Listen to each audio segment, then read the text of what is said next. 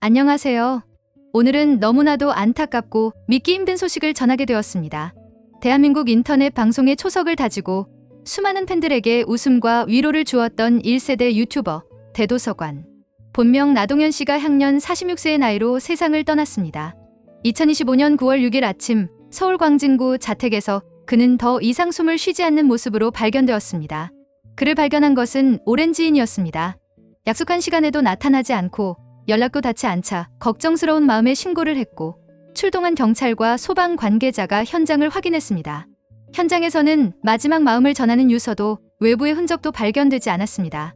경찰은 지병으로 인한 갑작스러운 사망 가능성을 조심스럽게 추정하며 보다 정확한 원인을 밝히기 위해 부검을 진행할 예정이라고 전했습니다. 하지만 사망 원인이 밝혀지지 않은 지금 사람들은 충격 속에서 수많은 가능성을 이야기하고 있습니다. 혹시 오랫동안 알아온 지병이 그를 괴롭혔던 건 아닐까? 혹은 쉴 틈 없는 방송과 과로, 불규칙한 생활이 결국 몸을 무너뜨린 건 아닐까?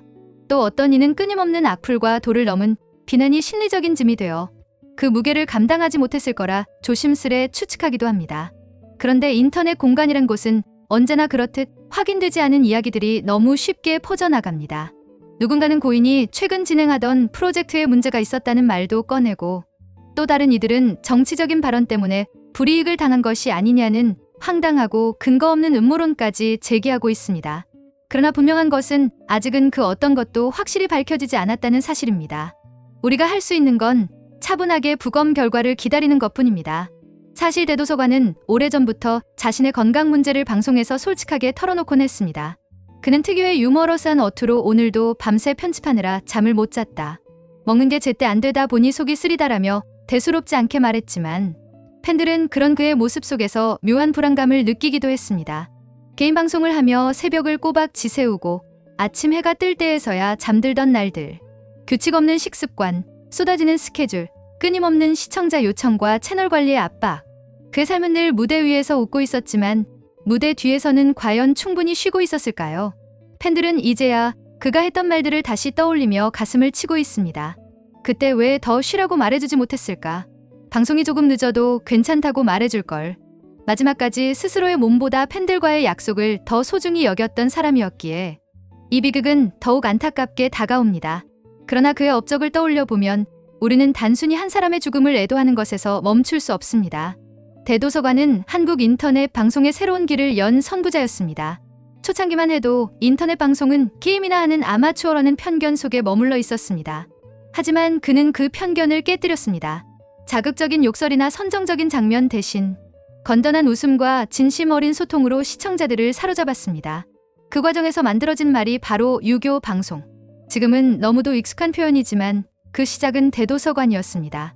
게임을 하며 시청자와 주고받던 소박한 대화, 때로는 자신의 고민을 솔직히 털어놓으며 함께 위로받던 순간.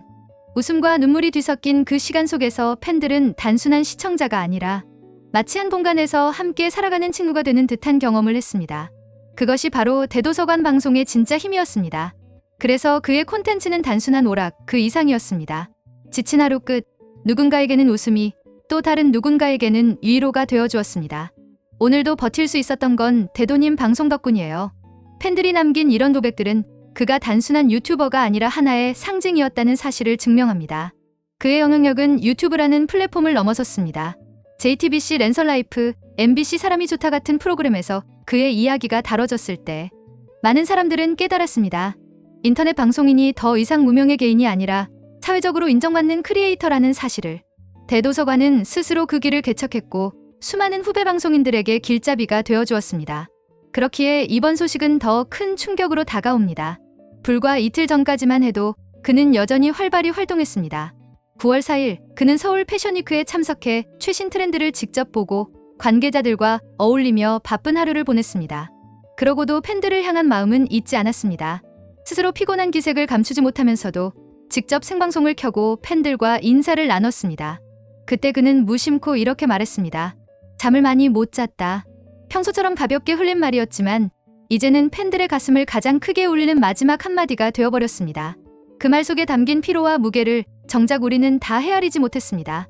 지금 그의 채널에는 그 마지막 방송 영상이 그대로 남아 있습니다. 이제는 추억의 기록이자 수많은 팬들의 애도를 담는 공간이 되어버렸습니다. 댓글창에는 수천, 수만 개의 메시지가 이어지고 있습니다. 영상은 절대 지우지 말아주세요. 그곳에서는 부디 편히 쉬세요. 당신의 웃음을 영원히 기억하겠습니다. 누군가는 영상 속 그의 밝은 미소를 보며 눈물을 흘리고 누군가는 그의 유쾌한 농담 한마디에 지난 세월을 회상합니다.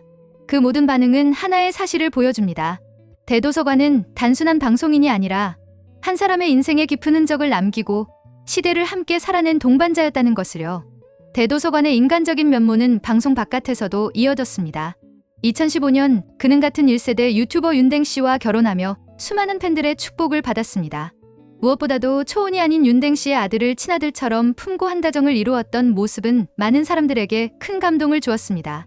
단순히 성공한 크리에이터가 아니라 누군가의 남편이자 아버지로서 책임을 다하려는 그의 모습은 방송을 넘어선 따뜻한 인간미 그 자체였습니다. 그러나 시간이 흐르면서 두 사람은 결국 2023년 결혼 8년 만에 이혼이라는 결정을 내리게 되었습니다. 보통 연예인이나 크리에이터의 이혼 소식은 삐걱거림과 갈등으로 전해지기 마련이지만 대도서관은 달랐습니다. 그는 좋은 친구로 지내자는 말과 함께 이혼 후에도 서로 연락을 주고받으며 일주일에 한 번은 꼭 만난다고 솔직하게 밝혔습니다. 가족이라는 이름은 내려놓았지만 더 진솔한 관계로 이어가려 했던 두 사람의 선택은 많은 이들에게 깊은 울림을 남겼습니다. 부부의 연은 끝났지만 우리는 여전히 서로를 존중합니다. 그의 이 말은 진심이었고 그 진심은 사람들의 마음을 따뜻하게 했습니다. 하지만 안타깝게도 그의 갑작스러운 죽음 이후 일부 누리꾼들은 윤댕 씨에게 근거 없는 비난을 쏟아냈습니다. 고통 속에 있던 사람에게 또 다른 상처를 주는 안타까운 장면이었습니다. 다행히도 더 많은 팬들은 성숙하게 반응했습니다.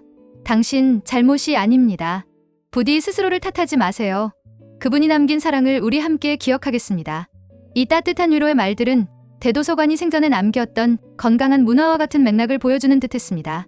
그의 삶이 진심과 배려로 빛났던 것처럼 그의 죽음 앞에서도 팬들은 사랑과 존중으로 응답한 것입니다.